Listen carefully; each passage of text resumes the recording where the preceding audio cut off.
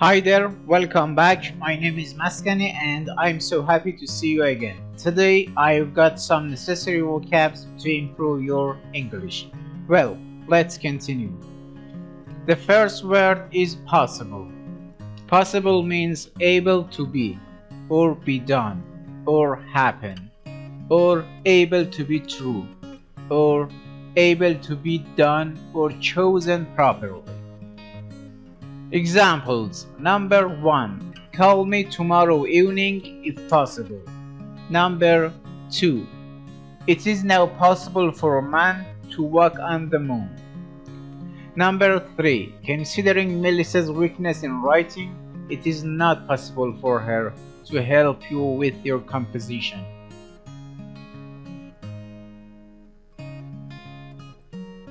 Compel. Compel means force or get by force. Examples.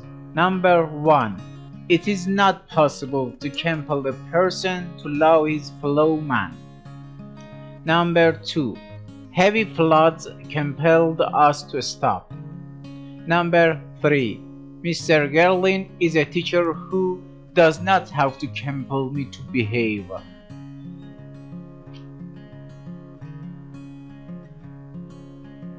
Awkward. Awkward means clumsy, or not well suited to use, or not easily managed, or embarrassing. Examples. Number 1. Sally is very awkward in speaking to the class, but quite relaxed with her own group of friends. Number 2.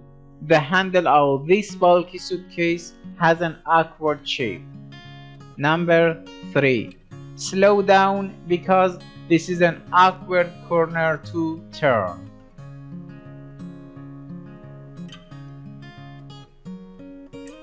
Venture. Venture means a daring undertaking or an attempt to make money by taking business risks, or to dare, or to expose to risk. Examples. Number 1. Ulysses was a man who would not reject any venture, no matter how dangerous. Number 2. John Jacob Astor made his fortune by a lucky venture in animal fairs. Number 3. Medics venture their lives to save wounded soldiers.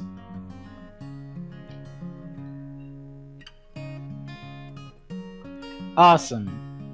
Awesome means causing or showing great fear, wonder, or respect. Examples. Number 1. The towering mountains covered with snow are an awesome sight. Number 2. Connie had such an awesome amount of work to complete before graduation, she doubted she would have everything ready in time. Number 3. The atom bomb is an awesome achievement for mankind.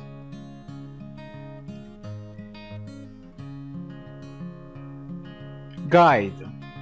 Guide means a person who shows the way, or to direct, or to manage. Examples. Number 1. Tourists often hire guides. Number 2. The Indian guided the hunter through the forest. Number 3. Use the suggestions in the handbook as a study guide.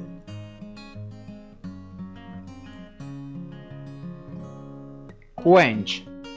Quench means put an end to, or drown or put out. Examples. Number 1. Foam will quench an oil fire. Number 2. Only iced tea will quench my thirst on such a hot day. Number 3. He reads and reads and reads to quench his thirst for knowledge.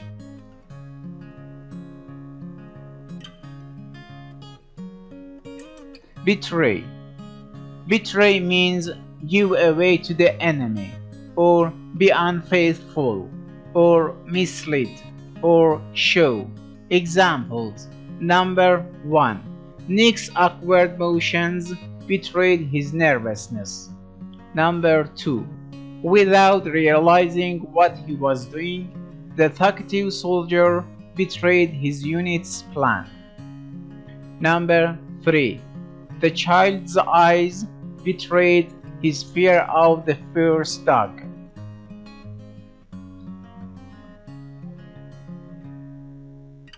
Other. Other means speak, make known, or express. Examples. Number 1. When Violet accidentally stepped on the nail, she uttered a sharp cry of pain. Number 2. Seth was surprised when he was told that he had uttered Joan's name in his sleep. Number 3. When Mr. Fuller saw that his house had not been damaged in the fire, he uttered a sigh of relief. Pacify. Pacify means make calm, or quiet down, or bring peace to. Examples. Number 1. This toy should pacify that screaming baby. Number 2. We tried to pacify the woman who was angry at having to wait so long in line. Number 3. Soldiers were sent to pacify the countryside.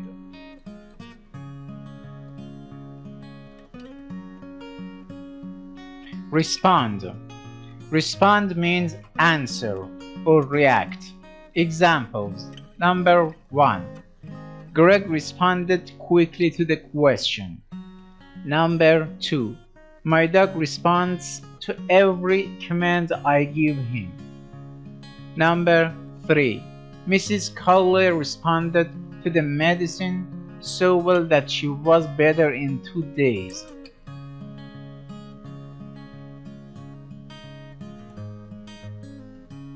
Beckon. Beckon means signal by a motion of the hand or head, or attract. Examples. Number 1. Jack beckoned to me to follow him. Number 2. The delicious smell of fresh bread beckoned the hungry boy. Number 3. The sea beckons us to adventure. Words in use. Some tall tales. Do you think it is possible to defeat an opponent so fierce that a glance at her turns one to stone? This was the fate of anyone who looked upon the Medusa, a dreaded monster whose hair was made of hissing serpents. The brave Perseus undertook to fight the Medusa, but he was compelled to do battle in the most awkward manner. To help Perseus in his venture, the goddess Minerva had lent him her bright shield, and the god Mercury had given him winged shoes. Cautiously he approached the awesome monster, using the image of the Medusa in his shield as a guide. He succeeded in cutting off her head and fixing it to the center of Minerva's shield. Perseus then flew to the realm of King Atlas, whose chief pride was his garden filled with golden fruit. Thirsty and near collapse, he pleaded with the king for water to quench his thirst and for a place to rest. But Atlas feared that he would be betrayed into losing his golden apples. He uttered just one word, "Begone."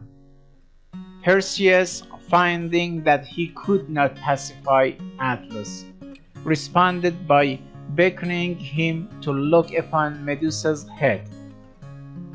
Atlas was changed immediately into stone. His head and hair became forests, His body increased in bulk and became cliffs. And the God ruled that the heaven, with all its stars, should rest upon his shoulders. Can there be a worse calamity than that which befell Atlas? Well, the lesson is finished. Thanks for watching, and I'll see you in the next session.